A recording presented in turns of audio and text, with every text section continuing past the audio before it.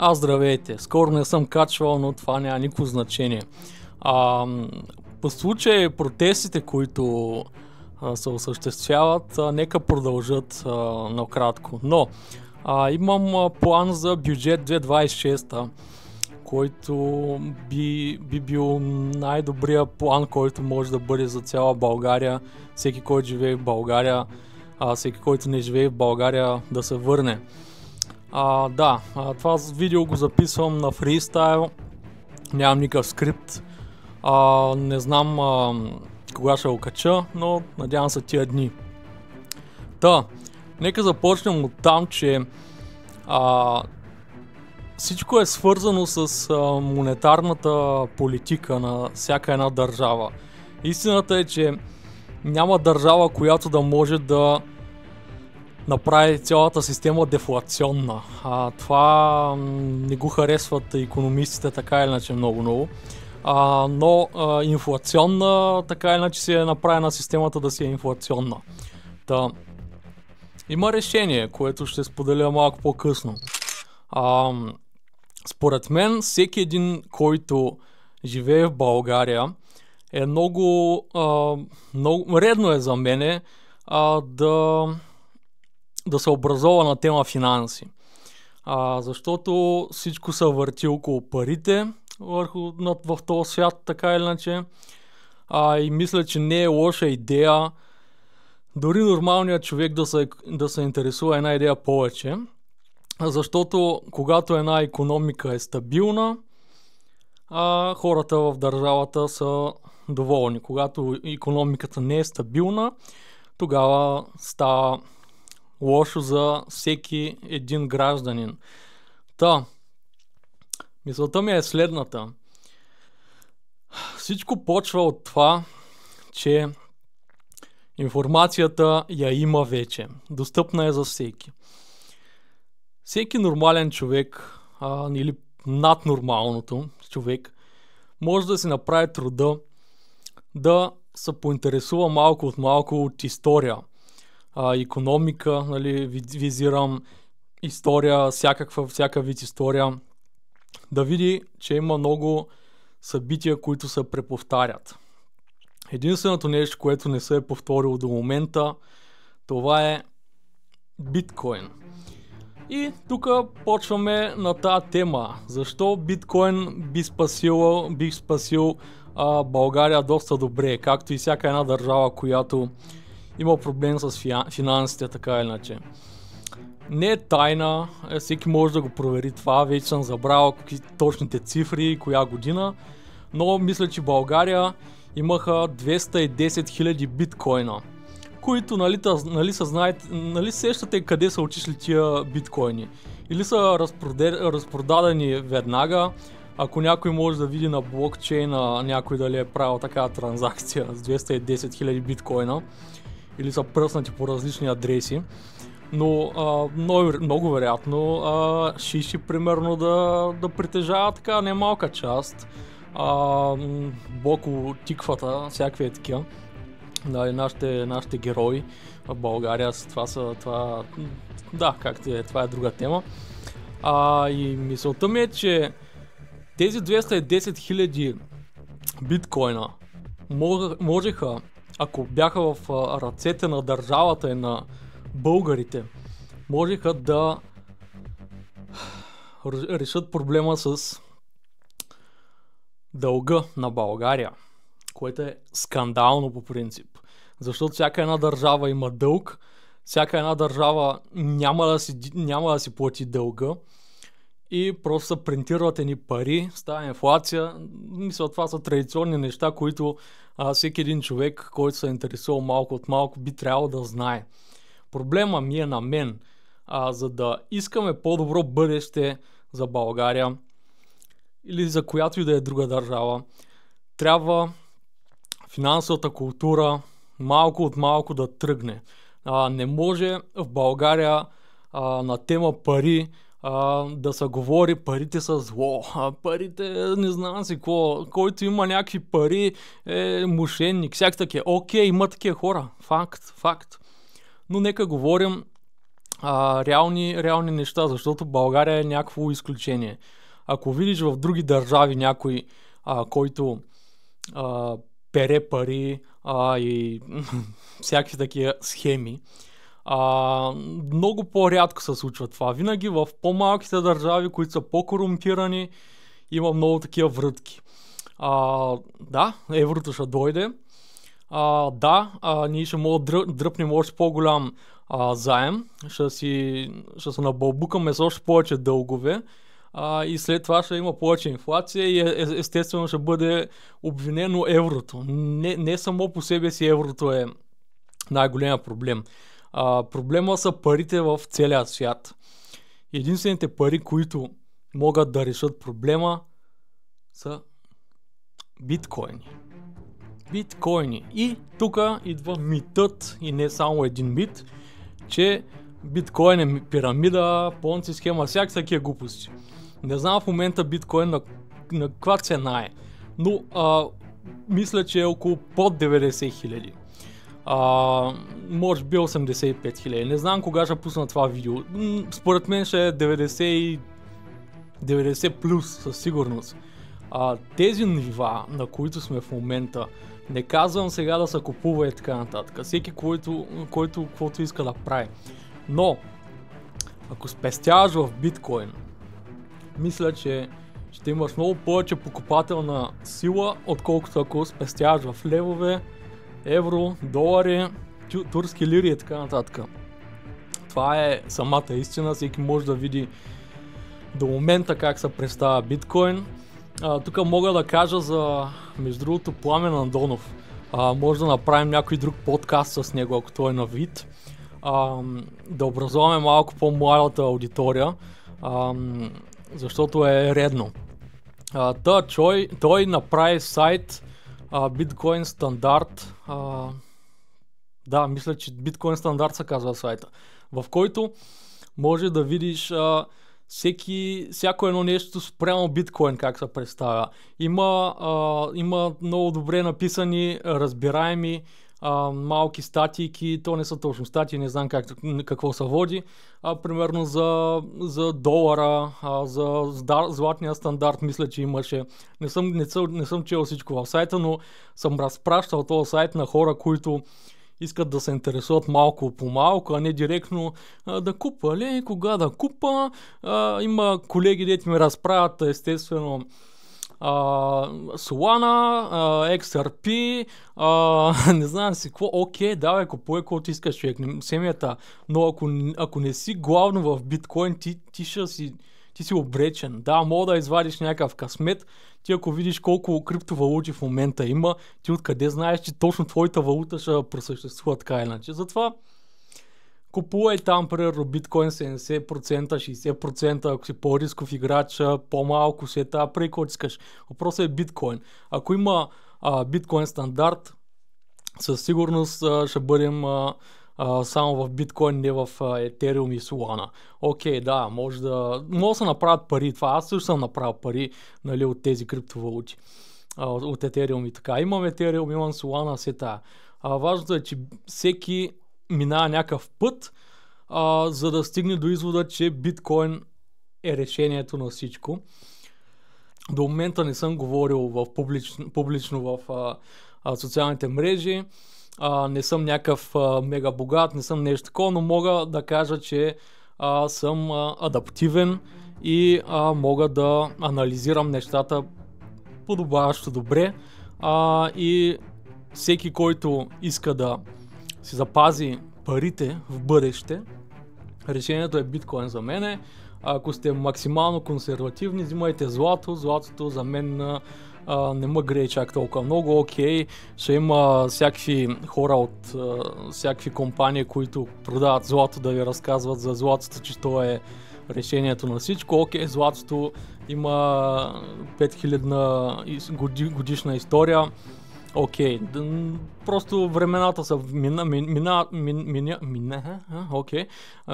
времената се променят доста бързо, и в момента следващото, което ще стане, е дигитално евро, след това всичко дигитално, всяка една валута дигитална, след това хартиените пари, стотинките, центовете и всяки такива няма съществуват, които са най-лесно непроследими като цяло и оттам се правят най-много схеми.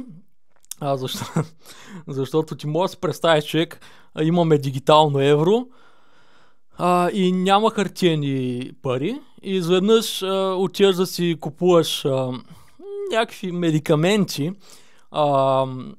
от някой авер и му превеждаш, брат, дигитално евро. Брат, тя всяка една транзакция ще бъде лесно проследима и по този начин ти няма какво да скриеш. Отиваш да си вземеш презервативи, могат да са тракнат и те какво си взел. Всякакви такива неща. Това, което ще стане, е доста по-голям контрол над масите, което е нормално, винаги сме контролирани, но това, което може да ни предпази към момента е биткоин.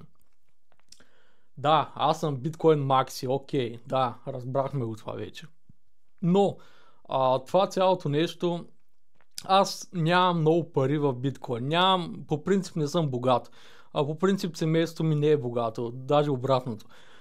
Но това, което знам, че дори 0,01 биткоин да почнеш, примерно аз имам 0,003 биткоина, все тая. Като почнеш по-малко да надграждаш, независимо тенденцията дали е надолу или нагоре, това се казва DCA. Това на всеки го обяснявам последно време и не само преди години също съм го обяснявал това. На 40 000 съм го обяснявал, на 17 000 съм го обяснявал това на приятели и познати, но мисля, че в момента на тези нива биткоин е много по-сигурна инвестиция спрямо като е бил на 5000 примерно долара. Тогава нямаше държави да купуват, нямаше компании да купуват, всичко беше много по-податливо на всяка вид манипулация от медии и така нататък. Както де. Но никой няма да стане, не знам кой, това мисля, че Пламен Андонов също го е казал, че биткоина не е пътя, не е краткият път за богатства и така нататък. И съм напълно съгласен. Аз, нали така, да, извлякал съм си някакви уроци, да, нашивал съм се във всякакви валути, какво ли не. Да, изкарвал съм пари, да, губил съм пари, окей, да.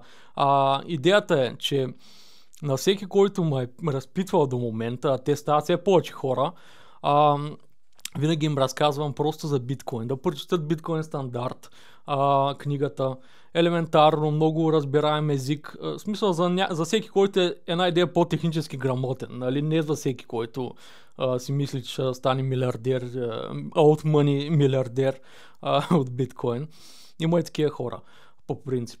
Но по принцип, всякакви видеа се въртат в интернет, 0,01 биткоин ти стига да се пенсионираш. 0,01 биткоин ти стига да се пенсионираш. 1 биткоин ти стига да се пенсионираш. Окей, човек. Значи, на един колега вика, какви пари да наливам в биткоин. Аз викам, човек, ето, пратил съм ти сайта да се интересуваш, пратил съм му всякакви сайтове, всъщност. Казах му да си вземи такова биткоин стандарт, книгата я прочете и така нататък. Викам, ти си на 47. Да кажем, понеже аз съм в Германия, викам, ти 100 евро на месец всеки в Германия може да спести. В България не е това, но всеки в България според мен може да спести 100 лева. Окей. Да го смятаме в лева тогава. И тогава аз му го сметнах в евро. Нали? Му викам 100 евро за 20 години, викам, ти си на 47. Аз ще го смятам на лев, след това в евро. Добре, вие си го смятайте както искате. Аз му казвам, на 47 си. След 20 години, да направим такава бърза сметка, ще си на 67, ще си пенсионер.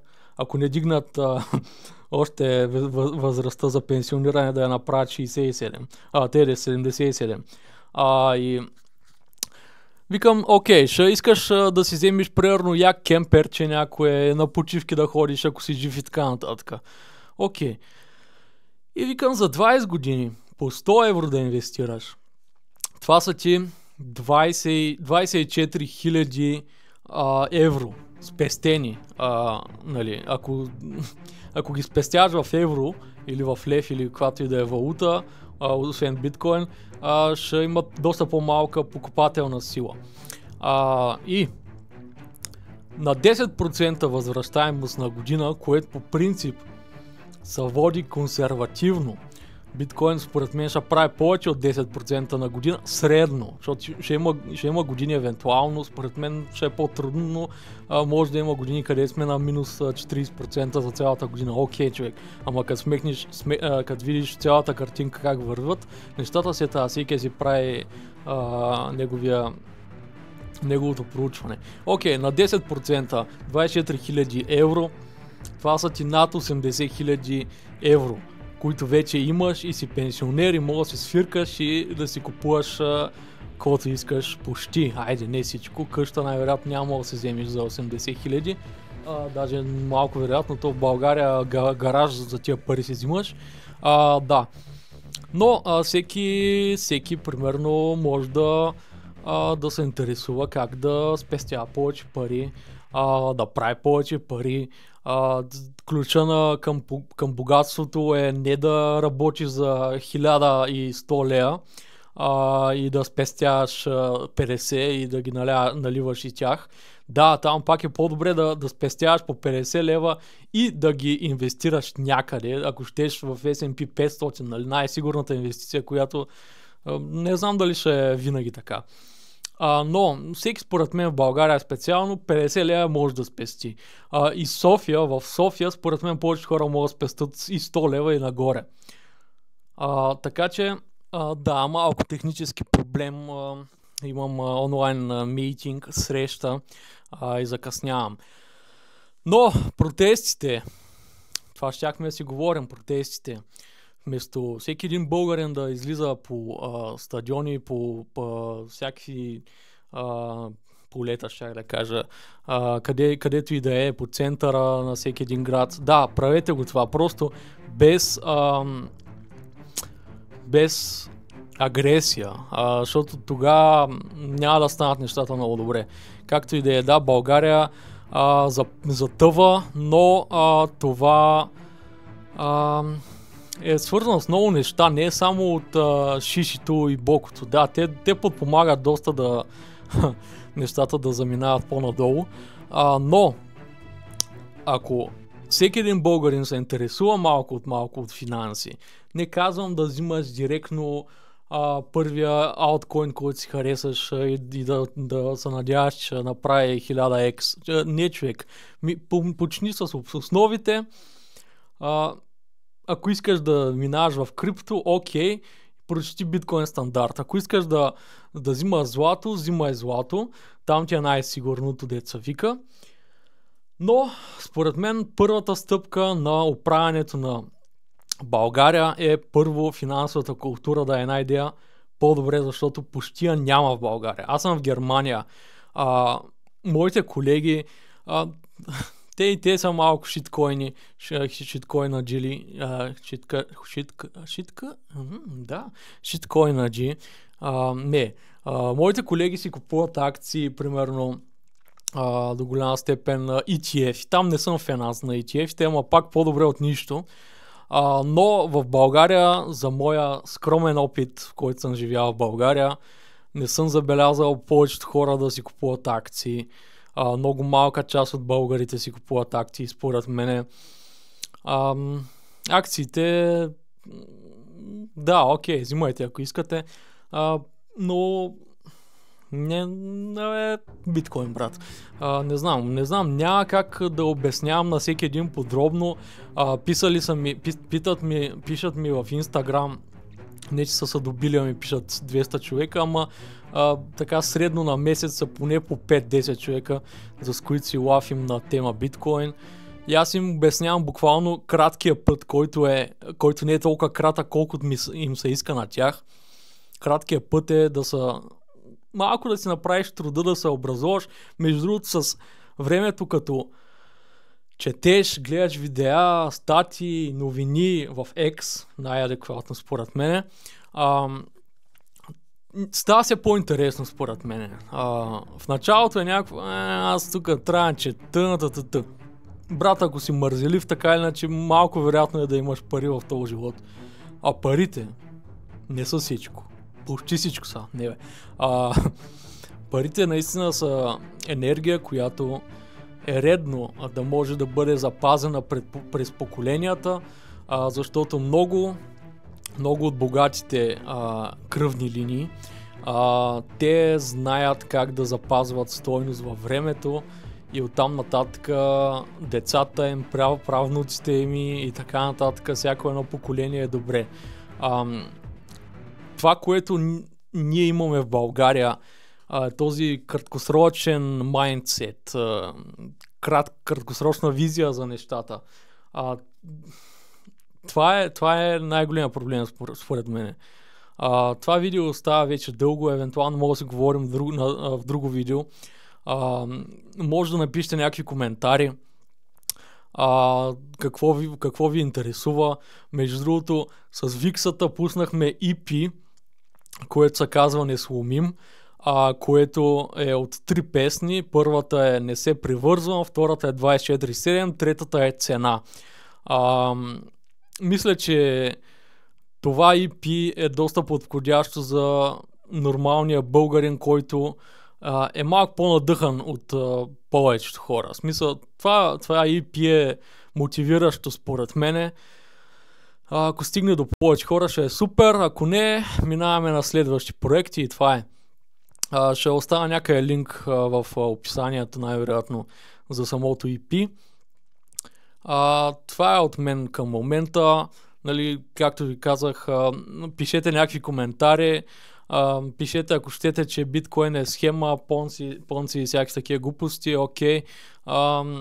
И да, айде до следващия път, че става много дълго.